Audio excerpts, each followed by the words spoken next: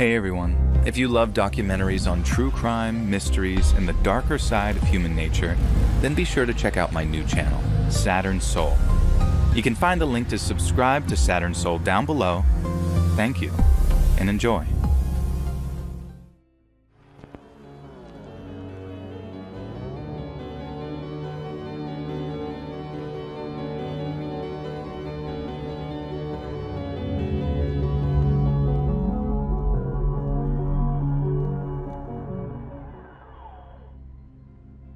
I'm a woman in my 20s, and this happened to me a few years ago, and it still gives me chills to think about.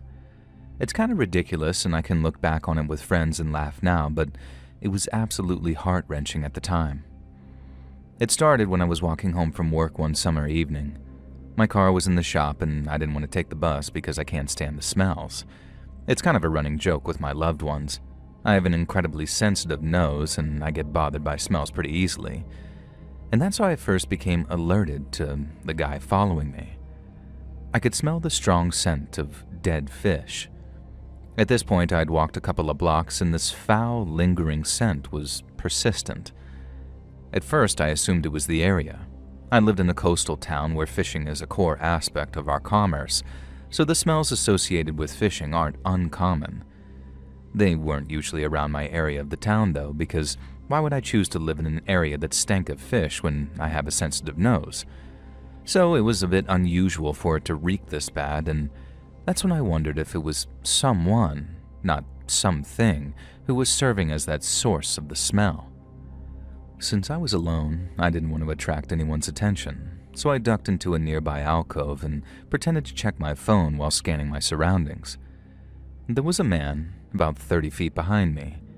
He caught my eye because he was stumbling along, not drunk as such, but almost like he had a limp. And then when I stopped, he quickly found a reason to stop too, pausing at a bench to tie his shoelace.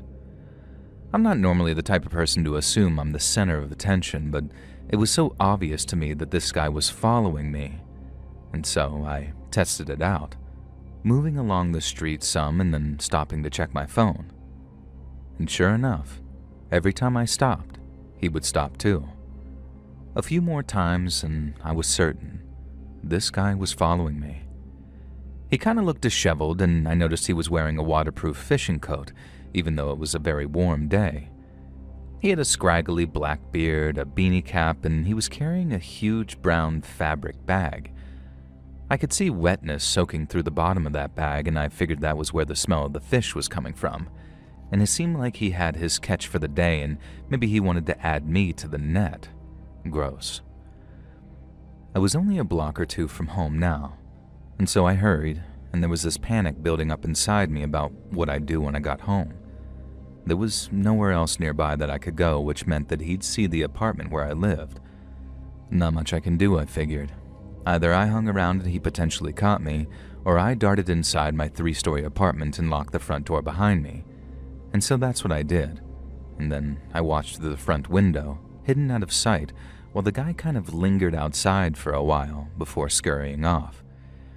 He looked lost and confused, and I wondered if maybe I'd been imagining it after all, or there had been some innocuous explanation for the following. Regardless, I informed the building superintendent, who I got along with pretty well, about my concerns, and he assured me that there was no way any weird men stinking of fish were getting into the apartments. Relieved, I went upstairs to my second-floor apartment and forgot all about the incident. I didn't see the guy again for a few days. It had mostly drifted to the back of my mind, but my car was still in the shop, so whenever I walked home from work, I did keep an eye out for any strange men following me. I was home free, or so I thought. It was around 1:30 a.m. when I woke up, startled. You see, I live alone, no roommates, no pets, nothing. I'm usually a heavy sleeper, so when I snapped awake, I figured something must have alerted me. I could just kind of feel a sense of wrongness and unease in the air. You know when you'd enter a house as a kid and you could just tell if someone is or isn't home? It felt like that, but of course nobody was supposed to be here. And I strained my ears to listen. Nothing. All was quiet, but then I smelled it. Something fishy. Literally, that is the unmistakable strong smell of dead fish wafting through my apartment. Of course, my mind immediately went back to my stalker, a label that I'd just given him even though I'd only seen him that one time. Maybe deep down some part of me knew that he would be back. And I listened, trying to make out any noise over the sound of my own panicked breathing. A clatter sounded from the living room, and then a sort of muttered voice. Yeah, it definitely wasn't my imagination. Someone was in my damn apartment. Ever since the guy had followed me home, I'd been thinking about this eventuality. I didn't own a gun back then, something I've since rectified, but I did have my brother's baseball bat. He'd given it to me when I'd moved down to the coast, mostly as a joke, but told me to keep it on hand to protect myself. I'd quickly moved in, put it in the closet, and forgotten about it. But I'd been sleeping with the bat beside my bed ever since the guy followed me home. I grabbed the bat now and crept into the living room in my t-shirt and shorts. As soon as I left the room, I saw how the intruder had gotten in. The front door was busted open. We later found out that the wood must have been rotted around the latch or something, because he'd seemingly used some kind of tool to crack it open. No wonder I'd woken up. The man of the moment was standing in my living room, right there in the darkness. He wasn't moving. He was still holding that damn bag, and as I crept closer, the stink of rancid fish grew stronger. It suddenly struck me that I had no idea what I was going to do. My phone was charging in the kitchen, which opened onto the living room on the other side of Fish Intruder. I couldn't call the cops without going through him, and from the way he was swaying on that spot, he seemed to be drunk or high or something. But from what I could remember of him in the daylight of the previous week, he'd been fairly well built. Definitely strong enough to cause me some serious harm if he chose to, even if I was armed with a baseball bat. I really didn't like the idea of head-to-head confrontation with this dude, and that's why I was so relieved, if not a bit surprised, when he suddenly collapsed to the ground. Well, he didn't collapse really. It was like, you know how little kids suddenly just sit down out of nowhere? It was like that. He just sort of dropped to the ground in a sitting position, froze there for a moment, and then began rummaging through his bag of dead fish. Ugh. If the smell had been bad before, it was terrible now. The foul, rotting stench of seafood wafted up and out of that bag, causing me to gag. I remember stifling my breath and crept out of the outskirts of the room, but my eyes were glued to the man the entire time. He was fascinated by whatever deceased rancid fish he was digging through. I caught my hip on the side table and almost knocked over a lamp. Freezing, I checked to see if the guy had heard me, but he hadn't. I swallowed, darted for the kitchen, grabbed the phone off the counter, and ran straight to the bathroom. It was the only other door in the apartment with a lock. Seeing as how the guy had smashed his way through the front door, I didn't have much confidence in the flimsy lock that sealed the door, so I called 911 as quickly as I could. The operator asked me what was going on, and I told her, and then got transferred to dispatch, and they got me to stay on the line while the cops double-timed it over to my place. While I waited, I could hear footsteps from my apartment. It was too soon for it to be the cops, plus they hadn't announced themselves, so I knew the guy was on the move. Part of me wanted him to leave, and part of me wanted to be sure that the cops actually caught him. I whispered at the phone what was going on, and the operator told me to stay put. Under no circumstances should I leave the bathroom, and the cops would be there shortly. I heard a crash from the apartment, and later I'd found out that it was the same lamp that I had almost knocked over myself. The guy had also bumped into that table, wandering around. It was silent for a moment in the apartment, and then I heard a creak right outside the bathroom door. This was followed by another burst of that dead fish stench, and I think I started crying at this point, telling the operator he was right outside the bathroom door. I had no idea what he might do to me or what he even had in mind. And it felt like hours later but it must have only been a matter of minutes. I heard shouting, the voices of cops, then a scuffle. I yelled out, and a cop called back to me saying to stay put, and then the sound of something breaking, more banging, and footsteps leaving the apartment. There was a knock on the bathroom door, and the gentle, welcoming voice of a female officer told me it was safe to come out. My hands were shaking, and I unlocked the door and stepped out. I was surprised that fish man hadn't caused much more damage. The lamp was laying there broken on the hallway floor, and for some reason he'd also removed a framed movie poster I had on the wall and smashed the glass. To cut a long aftermath short, it turned out that the guy was a local fisherman who'd apparently fallen on hard times. It was kind of a tragic story. He'd lost his business, then his family, then his sobriety, and then, I guess, his sanity. This wasn't the first time he'd been in trouble with the law, but it was the first time he'd broken into someone's home. We have no idea what he intended to do with me, if anything, and frankly, I prefer not to know. Also unexplained is why he was carrying around a bag of dead fish, other than the fact that it was something that he was known to do. His fish transporting days were over, though. The guy was incarcerated in a psychiatric hospital and, to my knowledge, is still receiving the much-required treatment he needs. And I honestly wish him no ill will, and it could have been a lot worse.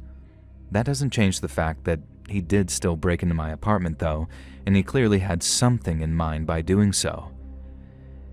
He definitely followed me home that one day, and then returned a few days later, which suggests a degree of intent. I make myself feel better by reminding myself that the mental illness, alcohol, and whatever drugs he'd used cooked his brain to a point that it blitzed all of his mental faculties. I couldn't stay in that apartment for long after that, though. Thankfully, the landlord let me out of my lease early, and I moved right over to the other side of town. I don't think that I could have tolerated staying in that place because, for one thing, I could never get rid of that lingering smell of dead fish.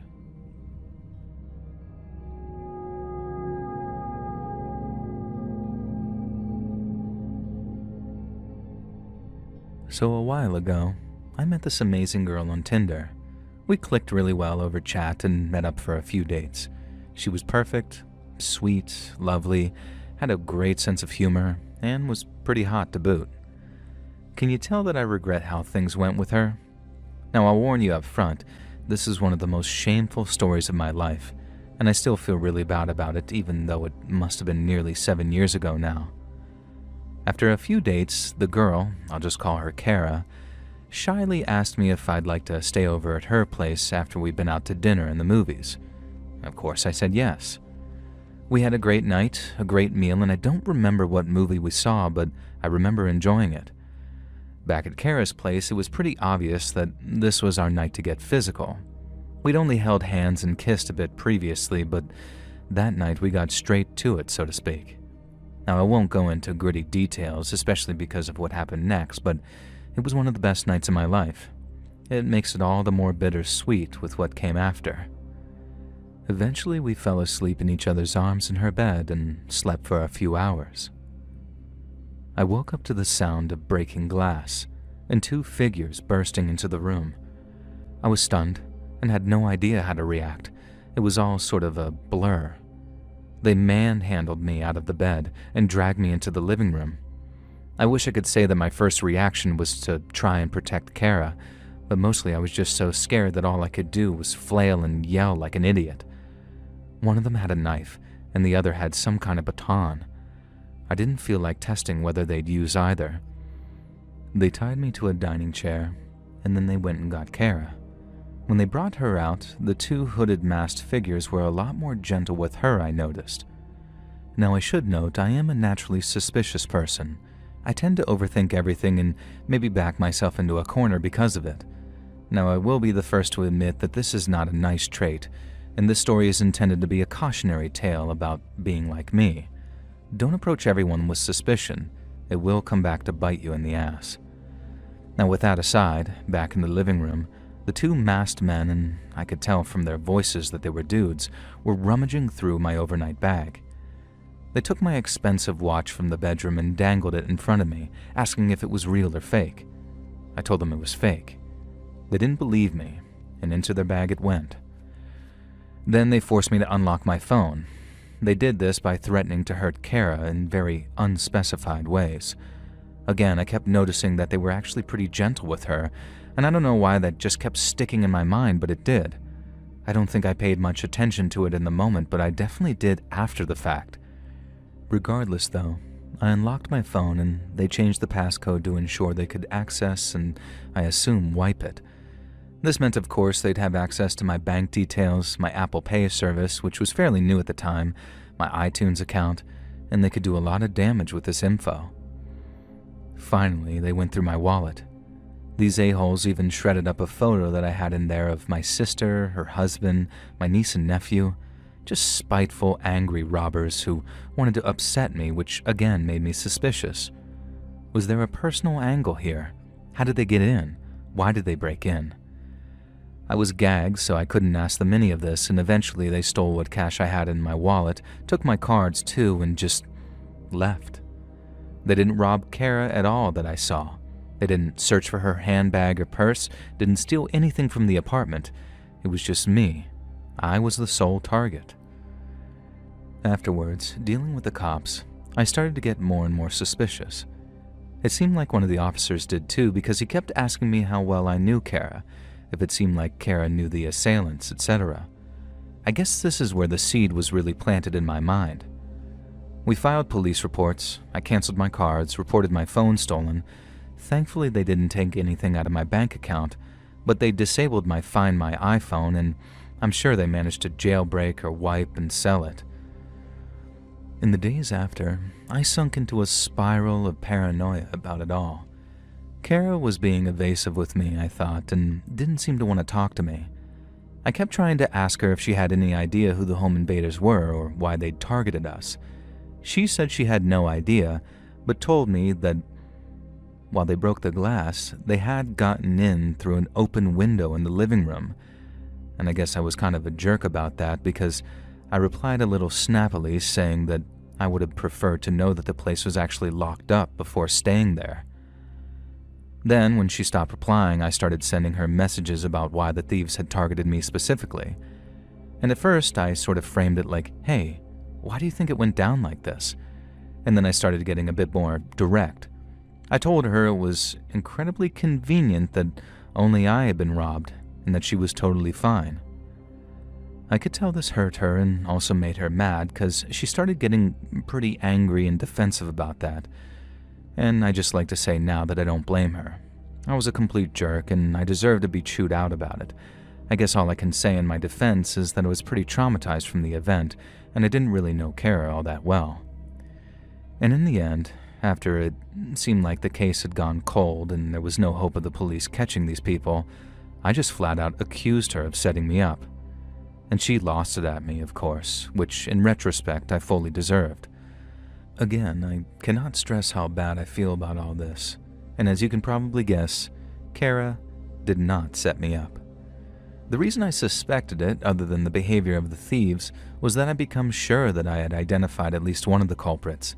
Kara had an ex-boyfriend, who I found by stalking her Facebook and Twitter profiles, and it seemed like she'd kicked him to the curb and he wasn't very happy about it.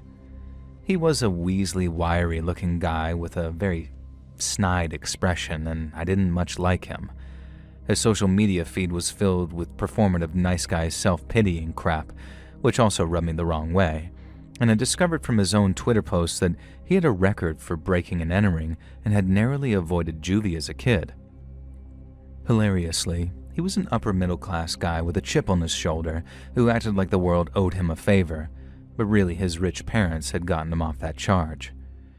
In my conspiracy brain-coded mind, I put 2 and 2 together and came up with 5.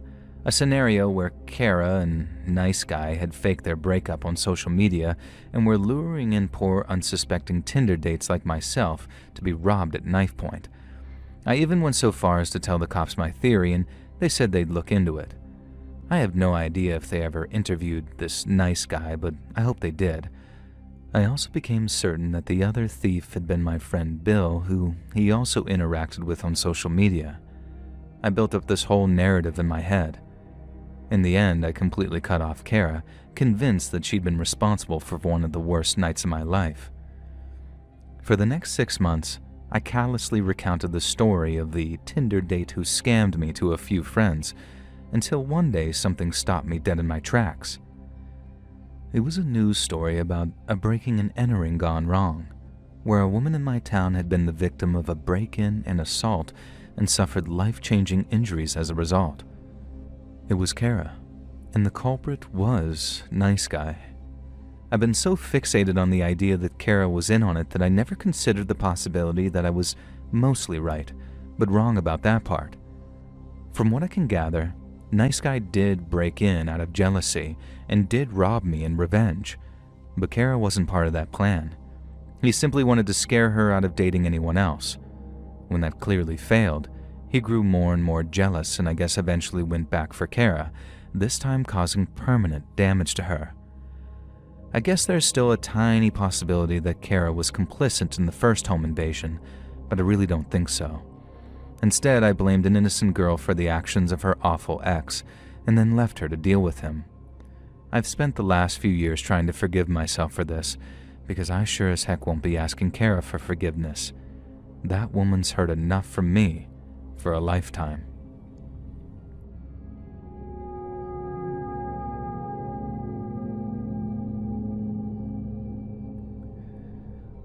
This happened to me in early 2024, and I'm still receiving counseling about it.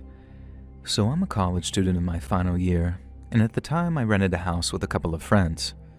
We were away for spring break, and our house got broken into. It was heartbreaking. A whole bunch of stuff was taken, a MacBook Air, our PlayStation, and a bunch of cash that one of my roommates kept hidden under their mattress. Who knew people really did that these days? Thankfully, it was only a few $100s, but still, that's a lot of money to broke-ass bitches like us. I remember coming home buzzing but tired from the vacation and just staring in dismay at the door standing there, ajar. We went in carefully, probably should have called the cops first, and were just met with chaos. These thieves hadn't actually taken all that much, but they'd thrown everything around and made the biggest damn mess with books, food items, throwing the couch cushions around. Thankfully, I kept my room locked, so I thought that they didn't bust in there. But one of my roommates, the one who kept the cash under her mattress, her stuff all got trashed. We spent that night in a motel, and then the next day began the long and upsetting task of cleaning up our life. My roommate's boyfriends and a couple of our friends all pitched in to help, and by the end of the day, things were almost back to normal, minus the shared laptop we kept in the living room, the PlayStation, a bunch of food we had to throw out, and things like that. From the next day, we were tasked with itemizing all the missing items, and at first it seemed like it was only a handful of things, which I've mentioned. Then as time passed, we started noticing more missing items, an expensive crock pot that I'd brought from home, a photography book that we kept on the living room bookshelf, and disturbingly a framed photo of the three of us from spring break the year before this. I hated the idea of the thief having our photo, especially since we were posing in bikinis, and I've never wanted them to frame that and put it up in the first place. It just sort of felt weird having it on display. And this kind of made me start suspecting that what if the thief was someone who knew us? And maybe I was reading too much into it. Maybe he'd just been some dirty perv who saw 3 college girls in bikinis and decided to stash it for the spank bank while he played on our stolen PlayStation. And the thought wouldn't leave me though, and it began to bother me more and more. I started pushing my roommates to keep checking if anything else was missing, smaller items that we wouldn't necessarily be able to claim on insurance and could maybe give me a clue as to who had broken into my house. My roommates and the cops kept reminding me that there had been a bunch of burglaries, and it was likely just an opportunistic thief, but I was really fixating on the idea of a stalker or being targeted somehow. My other roommate noticed that some of her clothes were missing, particularly a few items of underwear. She couldn't say for sure that they'd been stolen. She said that she might have left them on spring break, not in that kind of way, just forgotten in the hotel. but I knew that she was just trying to make me feel better. They'd been stolen, just like the photo and our PlayStation. The money mattress roommate then noticed that a couple of pieces of jewelry had gone missing. None of her clothes, though. They were all accounted for. I remarked that I was extremely grateful that the thief hadn't gotten into my stuff, which is when my roommates pointed out that the lock that I have on my door, even though you lock it from the inside, is possible to open and close from the outside with a screwdriver or something similar. I immediately began checking my things, because my room hadn't been disturbed and because nothing of value was obviously missing. I hadn't even thought to check. Imagine my relief when I couldn't find anything missing at all. All my clothing, underwear, keepsakes, and even a pretty expensive necklace I'd inherited from my grandma. If the thief had gone in my room, he would have stolen that, obviously. I was lying in bed one night, struggling to sleep with paranoia, when I noticed something on my side dresser. I turned on the lamp, got out of bed, and went over to it. It was a pen, a cheap-looking ballpoint pen. Now, it was a bit of a nicer one, like the kind that you get in banks or something, and I picked it up, scribbled on a bit of paper, and it didn't work. Strange. I just shrugged and then threw it in the trash. Now, back in bed, thoughts were whirling around my head, and I continued to fail to sleep. Something about the pen just being on my dresser without me remembering it was bothering me. What if? No. It couldn't be, could it? And I began studying my room. My photo board, my paintings, my computer, my shelf of plushies.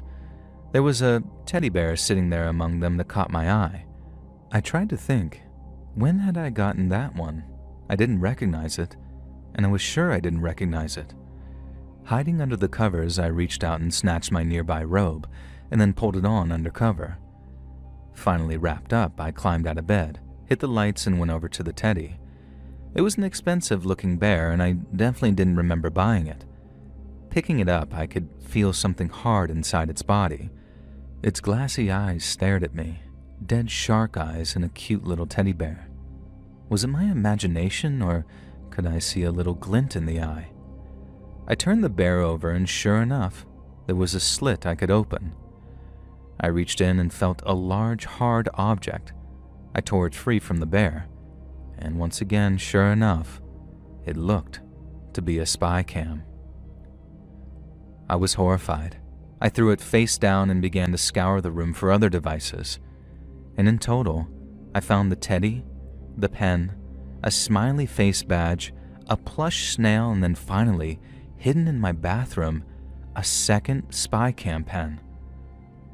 Of course, I freaked out. Even though it was the middle of the night, I called the cops and woke up my roommates. I was frantic, insisting that we check my light switches, all the fixtures, and all that kind of stuff. Hey, I've seen plenty of spy movies and creeper-type stories. I'm pretty sure I know where they hide these types of things. They helped me dismantle everything while the cops bagged up what I had found. We didn't find anything more, and I don't know if that made me feel better or worse. I couldn't shake the idea that there had to be more, but I'd never know. The cameras were broadcasting wirelessly, which meant that there was no actual way to tell what was receiving that signal. And I assumed law enforcement would be able to trace those things, but apparently the tech available, at least to civilian crime stuff, isn't that advanced. I'm sure they could probably have worked on it if the cameras had been planted in, say, the Pentagon, but it just wasn't worth the expense for some weird home invasion. And so in short, someone broke into our apartment, made it look like a robbery, then planted spy cams in my room, which were left undiscovered for a few days. I tried not even to think about the amount of times I'd undressed or been in a vulnerable position in front of those cameras. If I do, it still makes me feel sick to my stomach. I could not stay in that room after that, and my roommates were paranoid that they'd been bugged too, even though we could never find any other cameras. We stayed with various friends and kept returning to that house to scour for cameras but never found any more, and it really screwed with all of us honestly, and I'd be lying if I said that we were over it. The absolute scariest thing to me is knowing that the spy cams left in our house were fairly basic, cheap ones that you can find in Walmart or on Amazon. Why does that scare me? because they don't broadcast very far, and this suggests that the culprit was nearby, maybe one of our neighbors. Maybe it just means that whoever put them there wasn't getting a signal, and I hope to God that was the case. But all I can picture is some creepy perv guy watching me changing from his living room next door, and even sitting in a car outside our place. I've never felt safe since this happened, and I hope that one day I can finally get over it.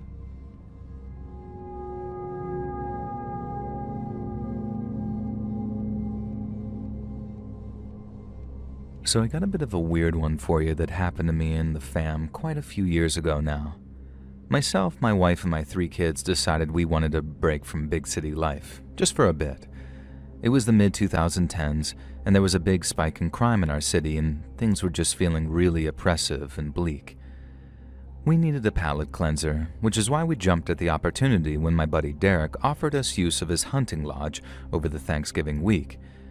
I'd been on hunting trips with Derek and the boys before, but this would be something different.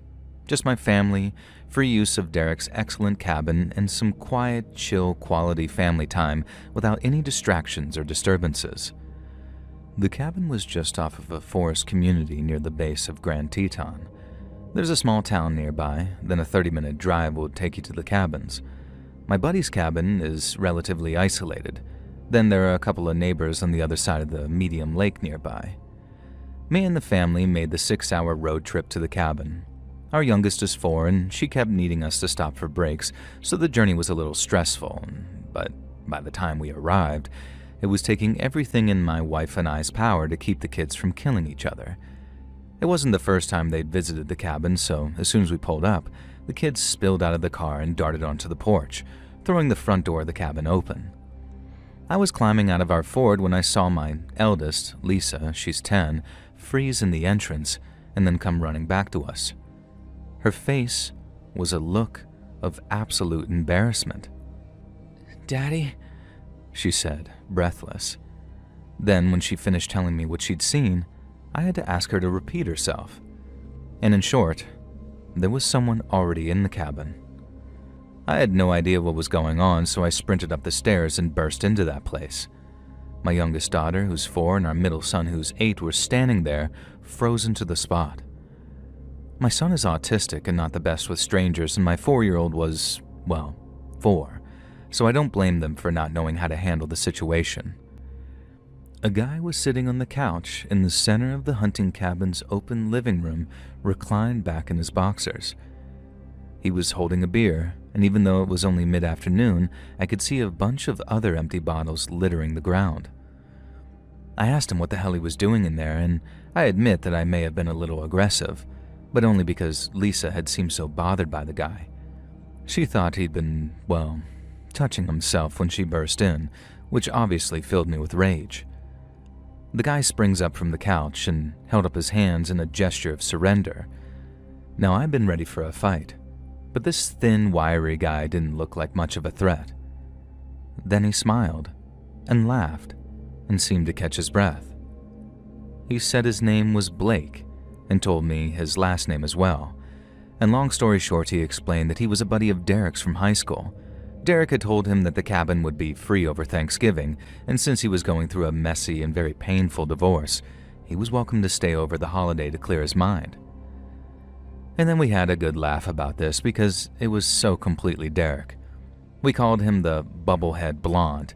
He was what the kids today call a himbo. Everything made total sense. Blake even seemed like a real nice guy. And I was beginning to wonder how we'd rectify the situation, though, when Blake said he'd happily move on. He lived an hour or so away, so it was only a small hop, skip, and a jump to the cabin, and he didn't want to put the kibosh on a family vacation. The polite part of me wanted to offer to let him stay, but the hunting cabin didn't exactly have many bedrooms, and our kids needed their own space. Especially my son James, who, as I mentioned, is autistic and takes time to adjust to new situations. Grateful, I took Blake up on his offer. He asked if it could be possible for us to give him a couple of hours so he could wash up, pack up, and actually head out. And it seemed reasonable to me. The local town was only about a 20-minute drive away, and there was no cell reception at the cabin, so I figured that I'd drive there and call up Derek, let him know how the chaos had all gone down.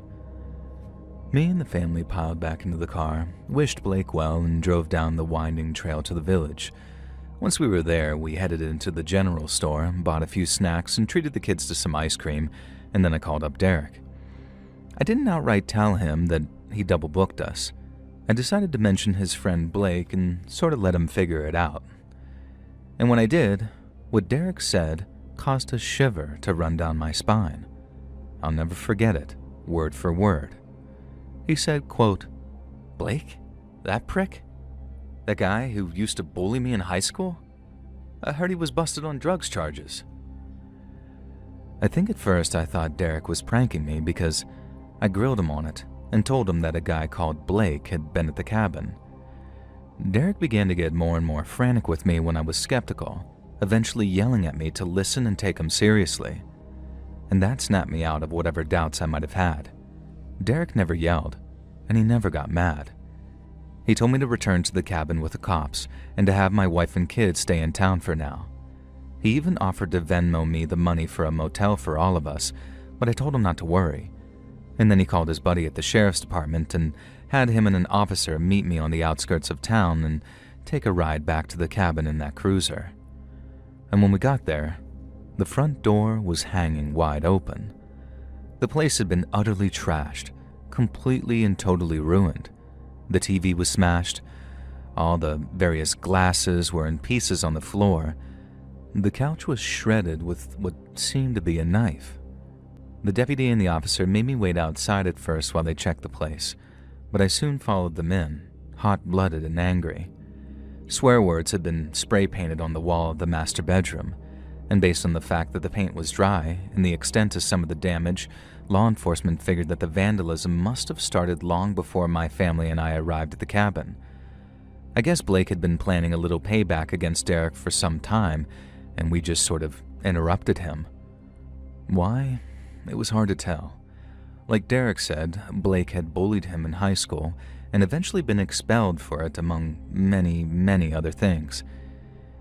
He then went down a very dark path of drug manufacturing, apparently running a meth lab in a trailer park somewhere, but he'd been released on some type of technicality after that, and instead of him trying to turn his life around, he'd gotten hooked on the meth himself and decided to go on an all-out tour of vengeance and destruction.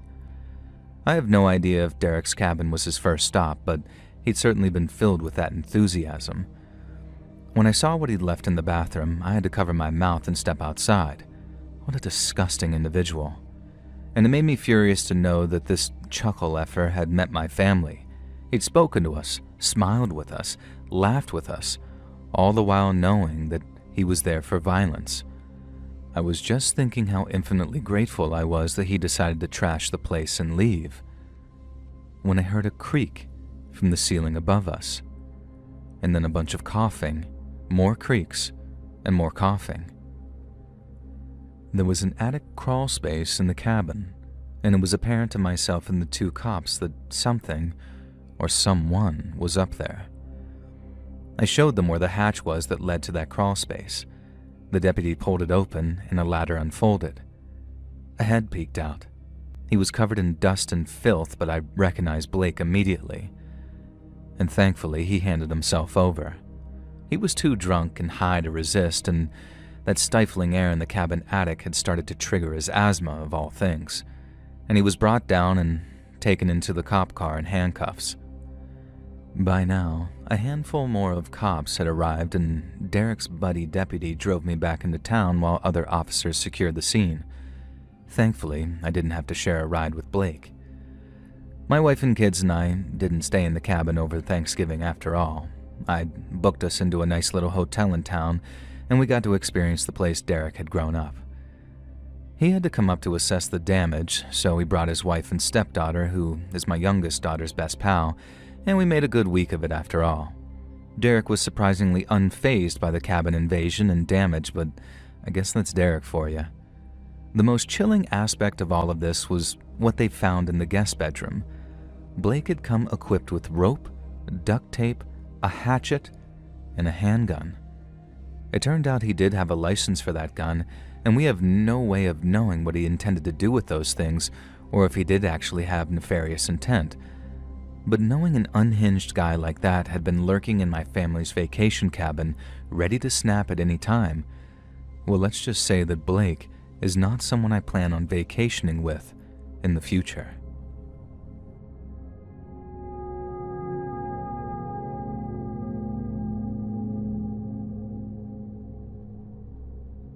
So I got a bit of a crazy story for you that happened to me a few weeks ago. I'm in the UK and we have a bit of an epidemic on our hands.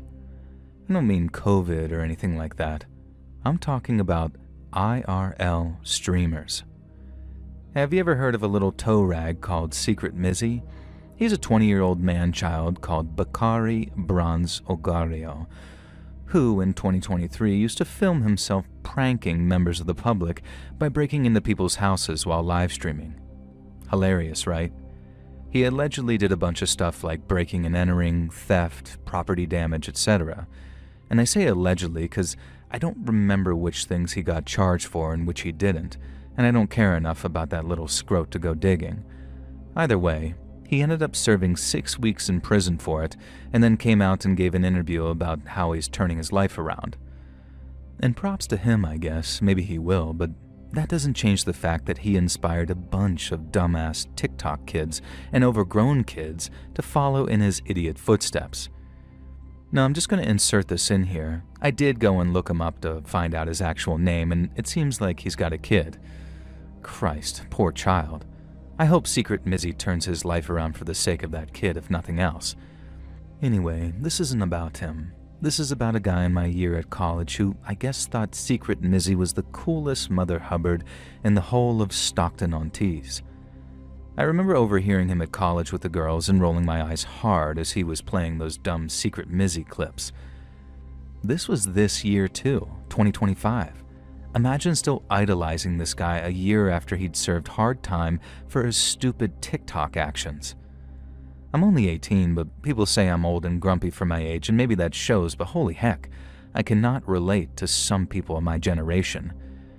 This guy, who I kid you not called himself the Jizzler, well, he was particularly unrelatable. Also, horror of horrors, he had a crush on me, so he'd often lurk around me at college, flanked by his idiot friends who just guffawed at his lame jokes and encouraged him to do stupid stunts like leaping down the stairs and filming it, pranking the teachers and other students, all that kind of obnoxious stuff. He would film it and also live stream it to TikTok, where he had something like 10 followers. Secret Mizzy, he was not. This lameo couldn't even troll well. The Jizzler wasn't really someone I thought about unless I had to, but that day in March when this happened, he didn't leave me any choice. I'd walked from college with my bestie Annalise, and we were hanging out at my place doing media studies homework. My dad and stepmom were out with my baby brother and wouldn't be back until late that night. It was just past 6 when the doorbell rang. I went to answer it, figuring it was an Amazon delivery driver or something. The Jizzler and one of his stupid mates stood on the doorstep. They absolutely reeked of spirits, and as I looked, Jizzler took a deep inhale from a balloon. Whippets and all that crap had been all the rage at our college this year, and Jizzler was particularly fond of killing a few brain cells before committing his latest stunt. I didn't even have time to react. He shoved his way into my house, leaving his mate on the doorstep. Alarmed, I quickly slammed the door, locking the maid out. That didn't deter Jizzler, though, who was staggering and stumbling his way down my hallway, holding his phone up on a selfie stick. He was narrating into the phone, but his words made no sense. Whatever he was on or had been drinking, it had scrambled his brain. Jizzler reeled and staggered down the hall. He knocked into the side table and sent an expensive vase crashing to the ground. I shrieked, trying to grab at him, and he shoved me hard against the wall, sending family photos crashing to the ground. In that moment, I was incensed. He couldn't do this. This was a crime. I shouted as much at him, and he just laughed and didn't seem to care at all. I followed him into the living room, grabbing at him, trying to stop this maniac. Annalise had come running from the kitchen to see what was going on, and she looked horrified. Annalise is a quiet, shy, gentle person, the polar opposite to me, someone who does not shy from picking a fight if I feel an injustice is occurring.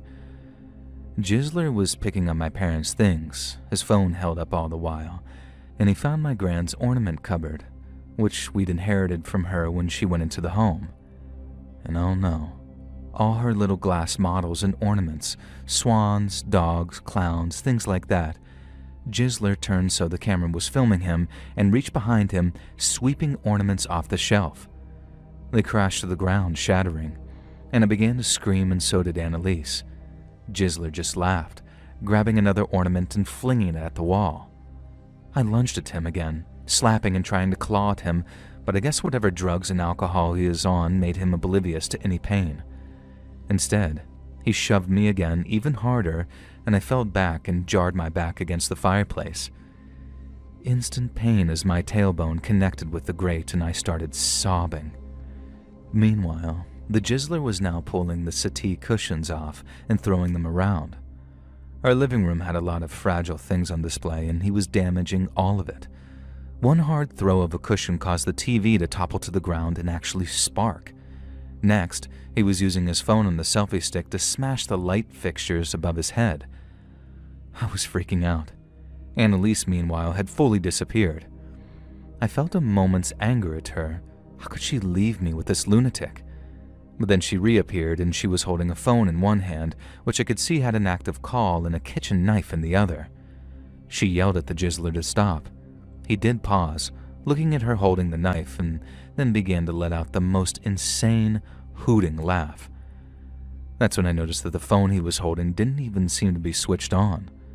This absolute maroon thought that he was live streaming his whole rampage, but he was too drunk and high to notice his battery had obviously died. Annalise told him that the cops were on their way and that he'd better stop. Instead of stopping, Mr. Jizzy grabbed an ornament from above the fireplace. I scrambled to get out of his way and looked up at what he had. Oh no, Granddad's ashes. The Gisler had grabbed the urn with Granddad's ashes in it and was holding it recklessly in the air. I jumped to my feet and shouted the only thing I could think of. "That's my bloody Granddad!" I expected him to hurl the urn at me or something, but instead it was like this sort of snapped him out of it. It felt like I'd slapped him or thrown cold water in his face. He stared at me, and suddenly a look of stupidity and shame crossed his face. I saw him looking around the living room. A sick expression formed, and he very gently, almost comically, put Granddad's urn back on the mantelpiece and then collapsed onto the living room settee until the cops arrived. Long story short, this happened a couple of months ago and the case is still ongoing. We don't think it'll go to court. The Gisler's family are paying for the damage and trying to persuade us to drop the charges, which I guess we might. Turns out he'd gotten super drunk on his day off from college and then dropped a few pills that he'd gotten from a mate.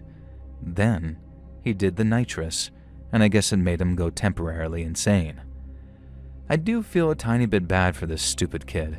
He's not going to be able to complete his A-levels, and he's kind of tanked his life a bit, but I can never forgive him for terrorizing me and almost smashing my beloved Granddad's ashes.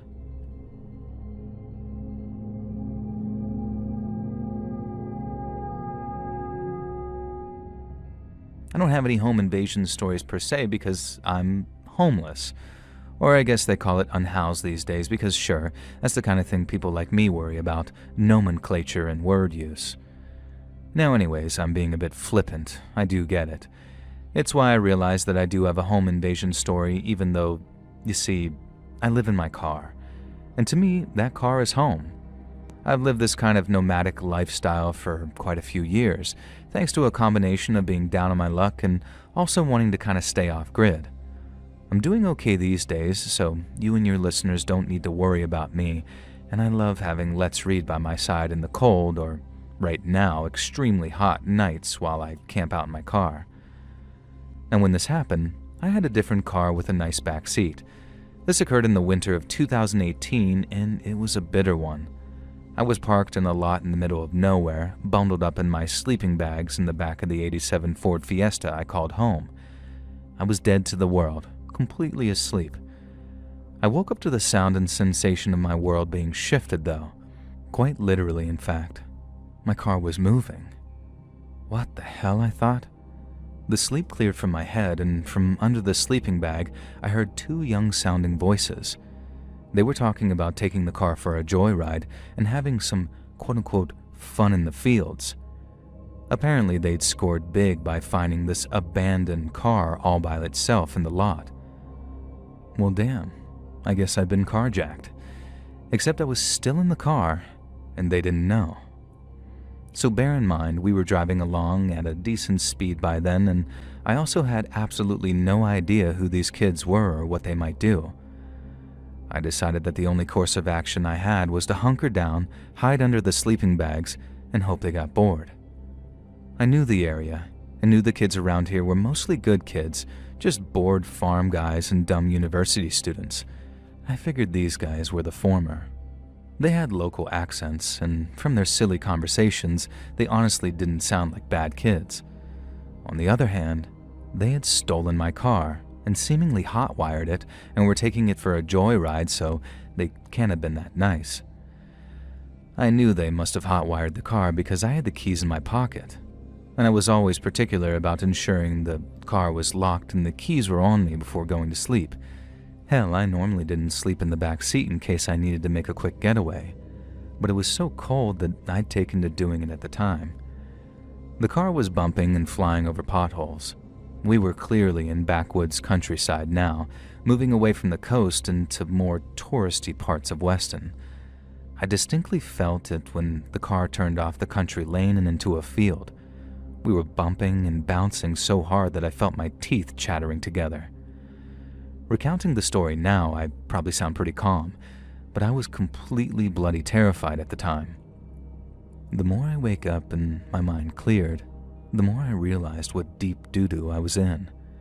They could crash and kill us all, or maybe they'd turn around and realize, hey, the homeless chump who owns this car is still here and we better not leave him alive to ID us. I couldn't even see them, remember? I was hidden under sleeping bags and too afraid to peek out, but I figured that two bored kids probably hadn't taken the precaution to wear a mask. They drove around for a while and I was genuinely plotting my escape. My options were to spring up and surprise them and try to appeal to their good nature or leap out of the moving vehicle. They weren't going too fast, and it felt like we were on muddy ground, so I was honestly preparing to take my chances with a sudden exit. What I'd do when I got out of the car, I had no idea. I didn't have to work it out though, because very shortly after deciding I was going to jump, the car pulled to a sudden stop. The kids were muttering something about being bored, and hope of hopes I thought I might be getting off scot-free. I even heard both of them slam the doors behind them as they left. And that's when I heard breaking glass, and then smelled the smoke.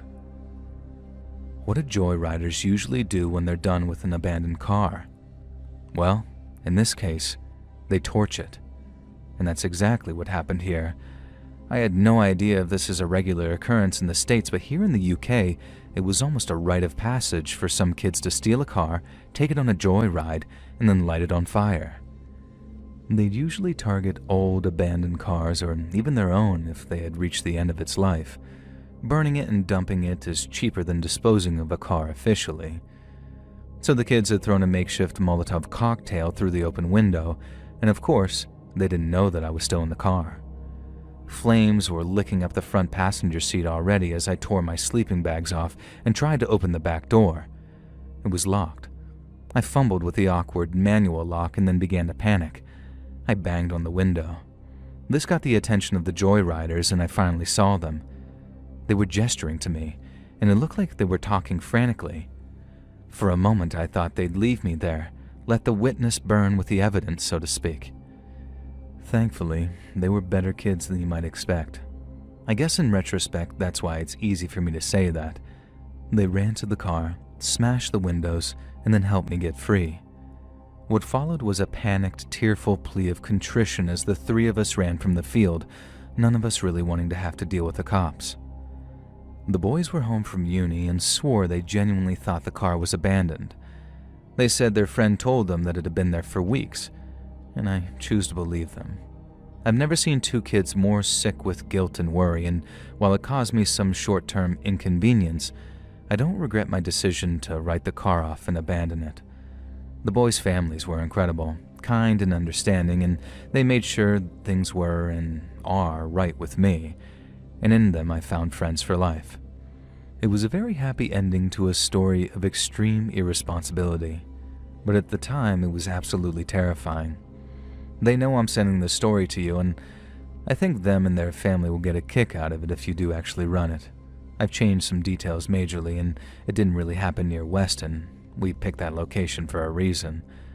We stay in touch to this day, and they've helped me more than I can ever express. But it's incredibly bizarre to think that I met these people by them stealing my home with me in it and driving me almost to my doom. Hey friends, thanks for listening. Click that notification bell to be alerted of all future narrations.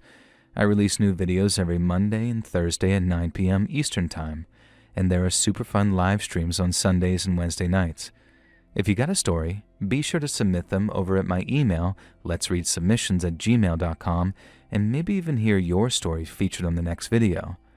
And if you want to support me even more, grab early access to all future narrations and bonus content over on Patreon, or click that big join button to hear about the extra perks for members of the channel.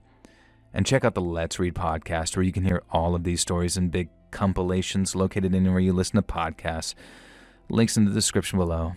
Thanks so much, friends. And remember, beware the Jizzler.